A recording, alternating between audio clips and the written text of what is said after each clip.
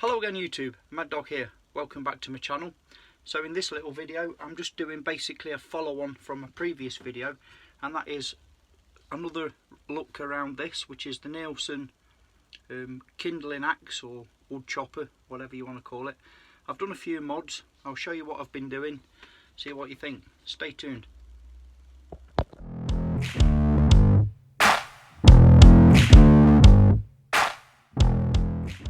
Welcome back. So revisiting the old kindling chopper or kindling axe by Neilsen. What I've done is I've tried to address some of the issues that I initially had with this thing.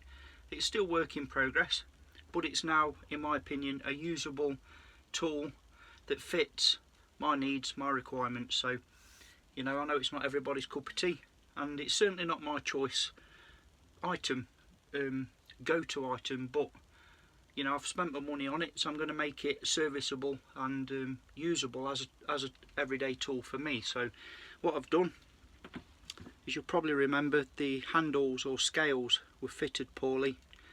They had sharp edges all the way around, but as you can see I've re-sanded, re-profiled and re-oiled those. I'm actually oily at the moment, so that now there's no high spots or anywhere where you can get hot spots from using it for prolonged periods of time. So that was one of my first mods or alterations, you might say. I have just oiled these, so it is a bit slippy at the moment until I've worked it in a couple of times. So that's my first mod. Secondly, obviously I had to address, there was a massive bow in this blade. It was bowed quite severely, and I've managed to straighten that out now, so there is no bow. That is pretty much true and straight now, you know, from tip to toe. So quite happy with the way that's turned out. And then obviously following on from that, the actual edge itself. When I first acquired this, it was blunt. You wouldn't be able to cut yourself with it. However, now it has got rather an aggressive edge.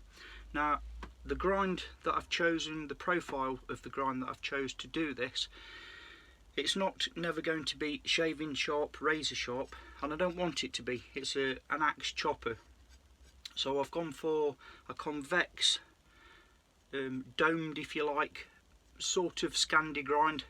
I have actually trued this up so that the chopping edge or the cutting edge is now down the centre of the stock. Before it was a chisel grind where it was off to one side, which I didn't like personally. And like I said, I've not gone crazy stropping or any of that good stuff. I've just put a reasonable edge on this thing, which now makes it an everyday backyard or camp utilitarian go-to hacker, chopper, whatever you want to do. I've also put a bit of a 90-degree spine just to the heel there, obviously allowing me to use it in conjunction with a ferro rod should I need to or want to at any time. So I just pan you down here onto the bench a little ways, and so is it sharp? Is it sharp enough for a garden beater? Well, I think to make some nice fine curly whirlies is pretty much good enough. So I could use it for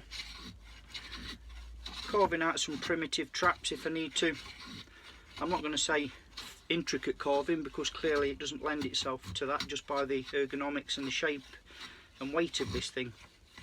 But I think for basically, you know, a garden hacker, to get nice fine wispy curly whirlies like that isn't too bad at all.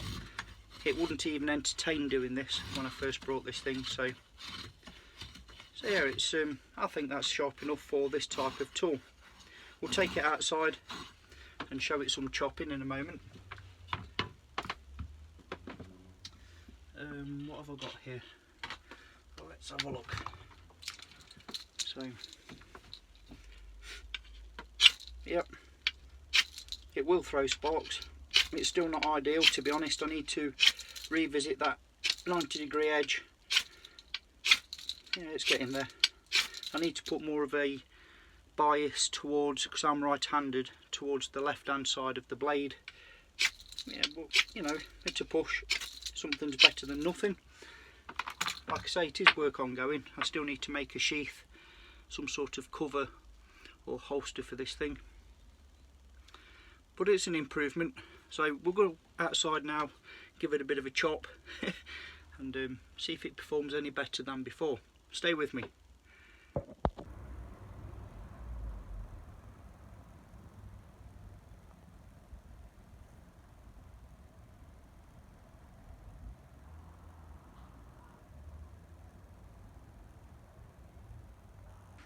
Alrighty, let's do a little bit of chopping, bit of seasoned pine here, and just bring you down here a little ways. Here it goes.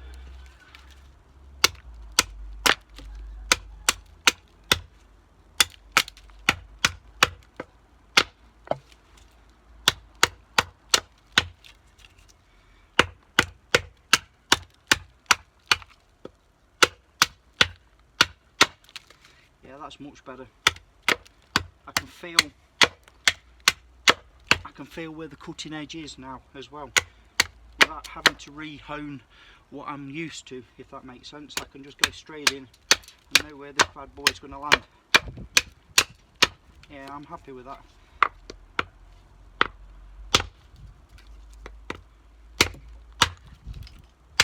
Yeah, that's a lot better. Yep.